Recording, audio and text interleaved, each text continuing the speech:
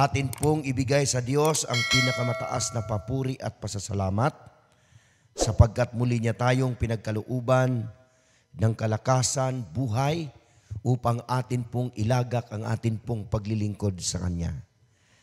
Purihin ang ating buhay na Diyos, mga minamahal ng mga kapatid, sapagkat sa pagkakataong ito, sa umagang ito, tayo muli ay mag-aaral ng Kanyang banal na salita. Ang atin pong pag-aralan ngayong umaga, ito po ay nakasentro sa aklat ng mga gawa. Ngunit bago po tayo papalaot sa atin pong pag-aaral ngayong umaga, sa atin pong pagbubulay-bulay, atin pong pasalamatan ng ating mga kapatid na sila po ay patuloy na nanalangin para po sa atin at patuloy na nakikiisa sa atin pong panambahan sa ating buhay na Diyos.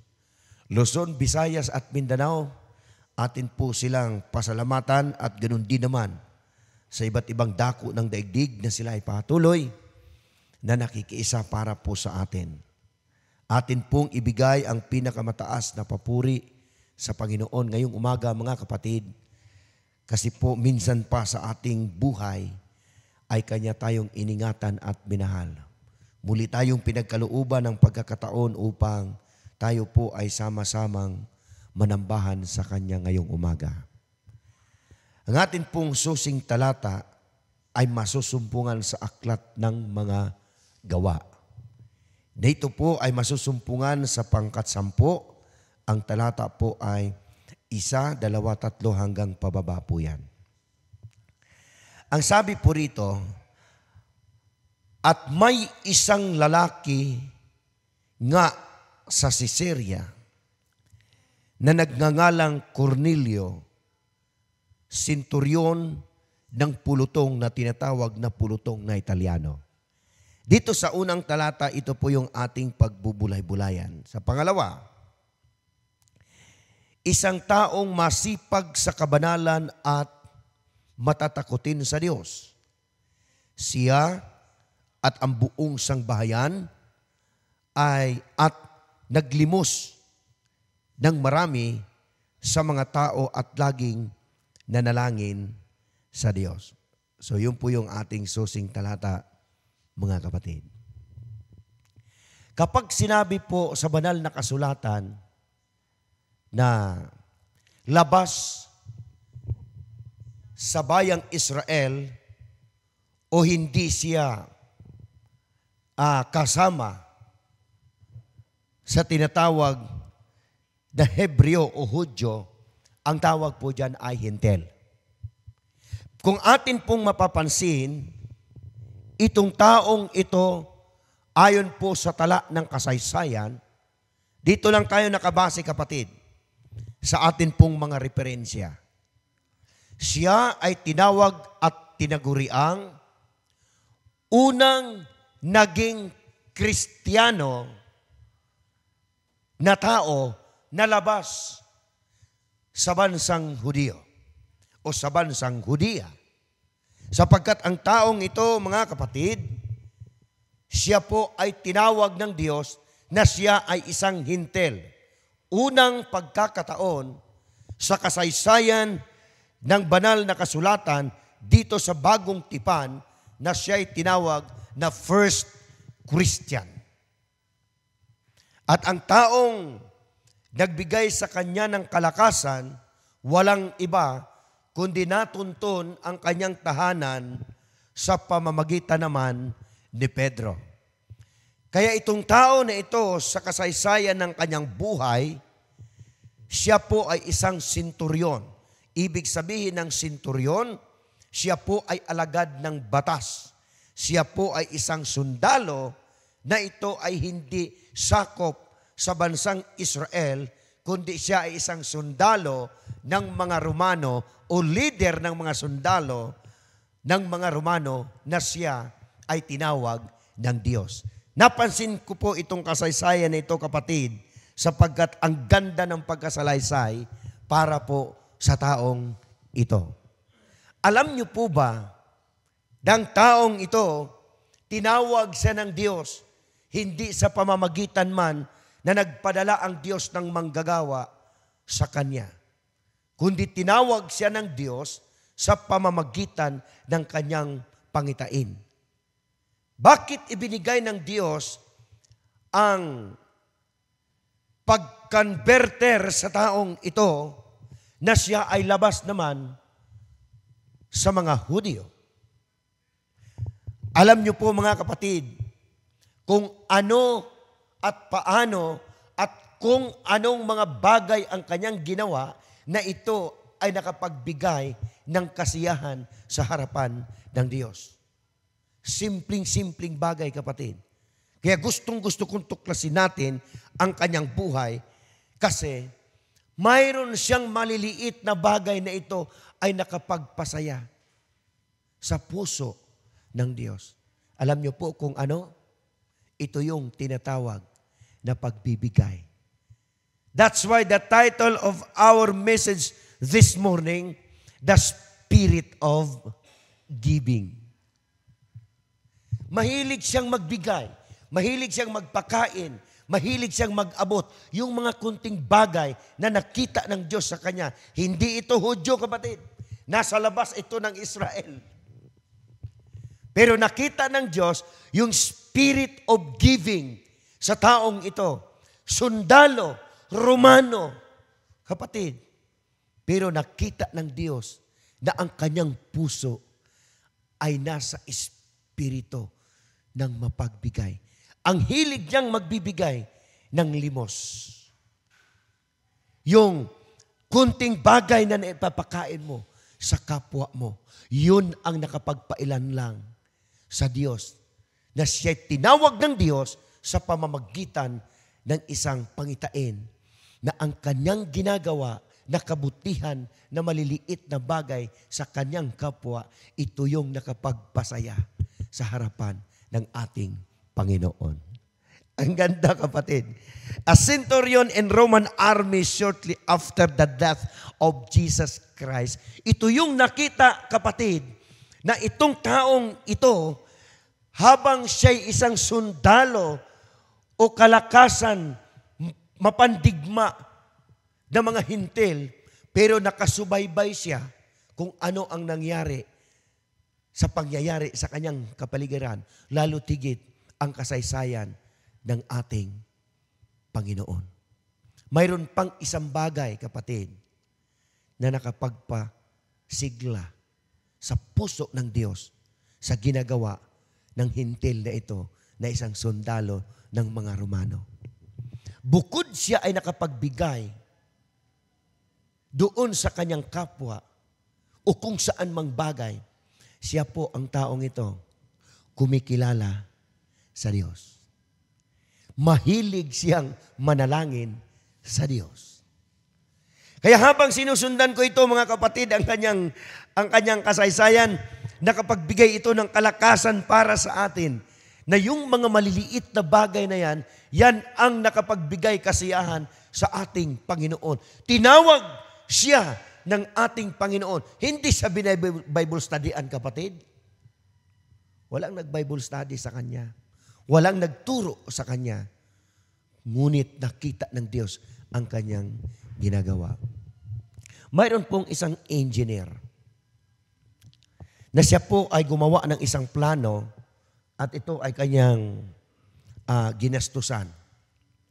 Sapagkat ang kanyang ginawang isang malaking bahay ay malayo ito sa tubig. Ngunit naroon ang kanyang lupain. So nakapagplano siya na magtayo siya ng bahay, ngunit hirap sila kumuha ng tubig. Kaya ang tubig naman ay malayo sa kanilang lugar, sa kanyang tatayuan ng bahay o yung bukal. Bumili siya ng isang napakahabang hose. Alam mo yung hose na ginagamit natin?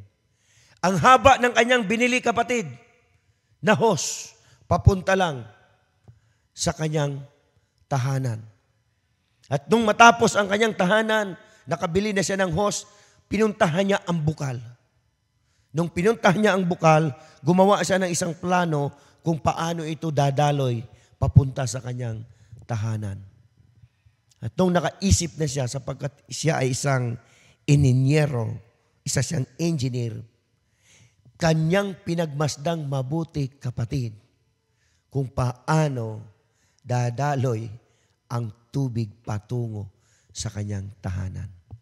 Gumawa siya ng isang balon at doon niya inilagay ang hose papunta sa kanyang tahanan. At yung balon, kapatid, nilagyan niya ng cup doon sa puno ng hose. At doon naman pumupunta ang tubig, yung maliit na daloy, doon sa cup na kanyang nilagay. Habang nandoon yung tubig, kapatid, dumadaloy doon, bumabagsak doon sa cup. Ang tubig naman ay tuloy-tuloy na papunta doon. Agos, papunta doon sa kanyang tahanan. At doon sa kanyang tahanan, naglagay siya doon ng isang malaking drum. Malaking drum. Ayan. At habang kanyang sinundan, kapatid, at tinitinan niya, okay naman ang takbo ng tubig. Papunta doon. Kung walang nagkukontrol doon sa tubig na binabagsakan mula sa hose, kapatid, kung walang magkukontrol doon at hindi niya lagyan ng switch para doon sa on and off, yung tubig tuloy-tuloy ang daloy. At habang hindi ginagamit, yung tubig na bumabagsak doon sa drum, umaapaw. Umaapaw siya, kapatid. Kaya kailangan siyang gamitin at kung hindi mo man patayin, yung pinakagripo mo, kailangan mo siyang laging gagamitin. Kapatid, ang tubig na dumadaloy para hindi masayang yung tapon ng tubig. Ang ganda ng kanyang ilustrasyon, kapatid. Sapagkat kung yung pagpapala na dumadaloy dyan sa hose, papunta doon sa bahay mo, kung hindi mo ito gagamitin at hindi mo siya lagyan ng puwang, wala kang mapaglagyan at masasayang. Kailangan mo siyang kalusin, kailangan mo siyang gamitin para yung pagpapala, yung daloy ng tubig, kapatid, tuloy-tuloy. Pansinin ninyong mabuti. Subukan mong isarado ang gripo at subukan mong tuloy-tuloy ang bagsak ng tubig doon sa cup, kapatid. Walang dadaloy na tubig patungo sa kanyang tahanan. Subukan nating isarado ang ating puso. Subukan nating isarado ang ating isip sa salitang Spirit of giving. Walang dadaloy na pagpapala kapag hindi ka marunong magbigay sa mga pagpapala na ating tinanggap. Like Cornelio, kapatid. Ang sabi rito ng tala ng banal na kasulatan sa aklat ng mga gawa, pangkat 10 ang talata ay 1 hanggang pababa. Ang nakalagay po rito, nagbigay pa ilang lang sa Diyos ang kanyang ginagawa, spirit of giving, habang hindi mo binabawasan ang kaban ng pagpapala na pinapadaloy sa atin ng Panginoon. Wala nang papasok dyan, mga minamahal. Kaya ang spirit of giving, like Cornelio, yun pa ang nakapagbigay sa kanya ng kasiyahan sa Diyos, na ang Diyos ay tuloy-tuloy na nagbibigay ng iba yung pagpapala sa kanya sapagkat hindi na naging puno ang kanyang lalagyan. Laging bakante, kapatid, at hindi niya ito ginagamit sa ibang paraan, kundi ibinibigay niya, nagbibigay limos, nagbibigay pagpapala doon sa mga taong nagpalibot sa kanya.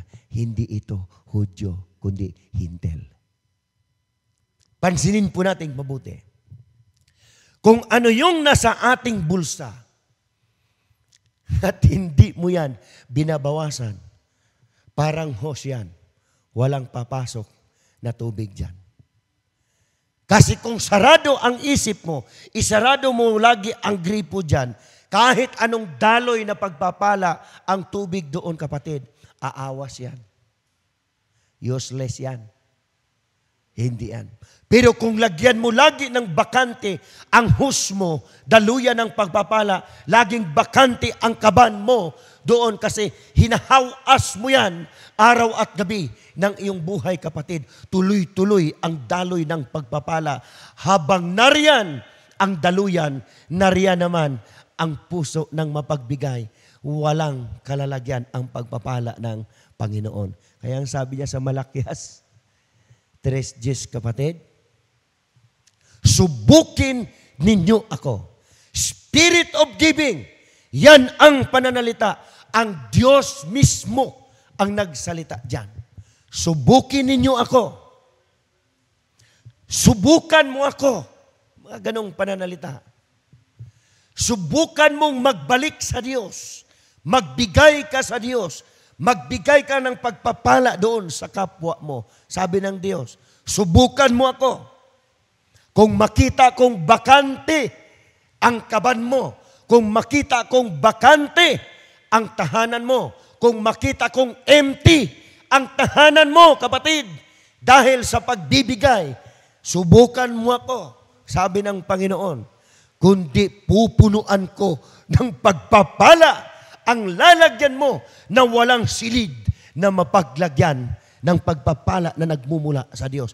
Yan ang urgent message ng Panginoon doon sa spirit of giving. Alam niyo, kapatid, habang binibigyan siya ng Panginoon ng isang pangitain, siya ay tinatawag dito sa banal na kasulatan, sa kasaysayan at reverensya. Cornelius is considered to be a one of the first Gentile convert into Christian. Siya ang pinakauna-unahang isang Italiano, isang Hintel, convert into a Christian. Bakit siya na-convert into Christian, kapatid? Sapagkat ang gawain ng Panginoon na siya dapat makita doon sa mga anak ng Diyos, doon din nakita ang gawain ng anak ng Diyos sa labas ng bansang Israel, doon sa mga Hintel. First baptism na nasumpungan sa Santong Aklat, mga minamahal, walang iba kundi binautismuhan siya ni Pedro. Oh, di ba? Ang conversion, hindi yan galing sa tao. Ang Diyos, magbibigay siya ng daan para puntahan ang taong totally converted na sa kanyang ginagawa. Nakita ng Diyos ang kanyang ginagawa na ito ay gawain na ng isang mananampalataya. Mayroon lang kulang sa kanya, kapatid, yung tinatawag na pagtanggap ng santos na bautismo para makita natin na siya ay fully converted into Christian sa pamamagitan ng pagkatawag sa kanya ng paglubog sa tubig. That's why Cornelio, a religious man, nagbibigay siya ng debosyon sa kanyang sarili, lalo tigit tinanggap na niya ang kapangyarihan ng ating Panginoon. Sa papaanong paraan, spirit of giving, hindi masama, kapatid, ang magbigay ka sa kapwa mo. Lalo tigit na uunawaan mong mabuti na yung ibinibigay mo ay ipinagkatiwala lang ng Diyos sa inyo at sa akin. So ngayong umaga, kapatid, ang spirit of giving, nakita yan sa buhay ng taong ito. Walang iba kundi si Cornelio. Ang kanyang kamatayan, kapatid, ayon sa manunulat na si Josephus, Flavius Josephus, ang kanyang kamatayan ay isang magandang kamatayan at halimbawa na namatay siya, na fully converted siya as a Christian sa kanyang buhay. Sa kanyang pagpanaw, nakapagbigay siya ng isang magandang halimbawa sa lahat ng mananampalataya sa buong sanlibutan. Alam niyo po, mga kapatid, ang maliliit na bagay na nagawa natin, ito ay napakalaking bagay sa mata ng Diyos. Ang hinahanap ng Diyos para sa atin ay magiging tapat tayo sa Diyos like Cornelio. Biro mo, hintil, marunong manalangin sa Diyos. Biro mo, hintil, hindi pa narating ng Bible study, natuto nang magbigay sa buhay na nakikita natin bilang isang Kristiyano na tinawag ng Diyos. Si Cornelio ay isang magandang halimbawa sa atin.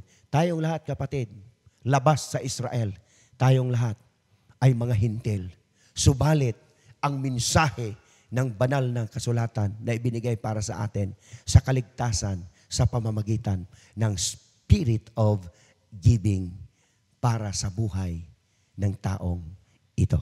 Ngayong umaga, atin pong hamunin lagi ang ating mga sarili.